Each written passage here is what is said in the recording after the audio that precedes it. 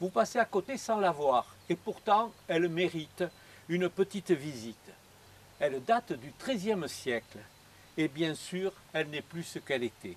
Alors, avec un peu d'imagination et les commentaires de Bernard Dupuis, la motte féodale de Baignon va vous livrer ses secrets.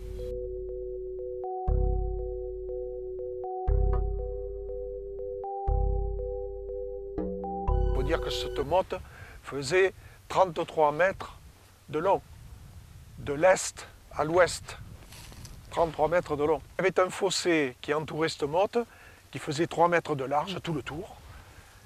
Il y avait de l'eau à l'intérieur, et ensuite on bâtissait une première palissade sur la base de bois, qui était faite de bois. Donc on avait la terre sur l'élément que l'on a autour de nous. On prenait cette terre-là, mais en même temps, quand on creusait le fossé, on se servait de cette terre pour faire les premières couches de l'élévation de cette motte. Ensuite, on avait les arbres dans le coin qui servaient justement à faire ces pieux pour faire ces palissades. Donc on avait deux palissades, une première sur la base et une seconde à moitié de cette motte. Et ensuite, sur le dessus, carrément, on avait construit une tour carrée en bois, chapeautée. Ça avait une fonction premièrement de pouvoir voir un peu plus loin, arriver éventuellement toutes les populations plus ou moins qui ont traversé l'Europe. Donc c'était des points stratégiques et c'était des points qui étaient faits pour se défendre. Autour de ces mottes féodales, il pouvait se construire des petits villages tout autour, mais pas des villages comme on peut voir maintenant en pierre, etc.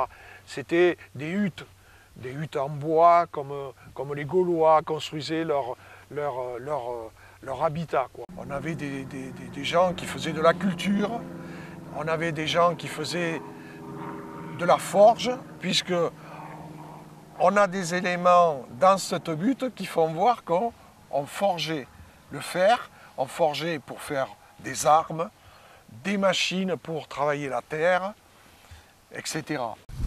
Tu peux voir que dans cette couche-là, tu as du minerai de fer. Tu le vois? Est-ce que tu le vois là? Tu vois? Amputée d'une bonne partie de son socle, la motte féodale castrale de Baignon révèle quelques secrets de sa construction. Cette motte, on voit que l'on a des couches successives.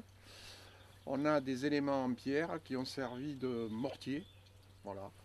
Et sur le dessus de cette motte, en fait, on avait une tour en bois, carrée, chapeautée. Ensuite, sur les éléments que l'on peut constater, on voit des trous. On pourrait penser qu'il y avait un chevronnage. Non, ce sont des trous qui ont été faits, des terriers qui ont été faits par les renards. Alors, lors des fouilles qui ont été faites par le marquis de Marquesa, on a retrouvé des tombes, des anciennes tombes, voilà, dans lesquelles il y avait des ossements, bien entendu. Et ensuite, on a retrouvé, vous pouvez constater, il y a un puits, on a un puits qui a une profondeur d'à peu près 30 mètres. Et dans ce puits, on a retrouvé de la monnaie gauloise. Et ensuite, on a retrouvé une hache qui date d'à peu près du XVe siècle et des bois de cerf et des ossements. Voilà.